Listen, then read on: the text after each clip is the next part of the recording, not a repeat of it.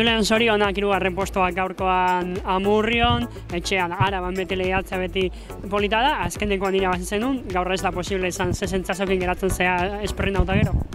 Bueno, sentsazio honak, hartu indotelako eskapada ona, hiegetan dana, normalin ez dut eukitzen hori suerte hori, ez nazo zertetako horre gauzok, orduen horregatik ondo, baina, bueno, gero ez dakit, sentsazio txarra moruen, ze azkenin saiatu naz azken Lezamako muro horretan, baina oso motza da eta gero ez du lortu fati bakarrik.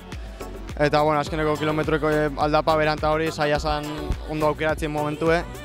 Eta nik injerrak ikun gusten ditzen irabazteko moruen esprine, baina ez dut zerta ondo, eta, bueno, hori, sentsazio hori apurat justo beratu naz, baina, bueno, badaz aukerak. Intenso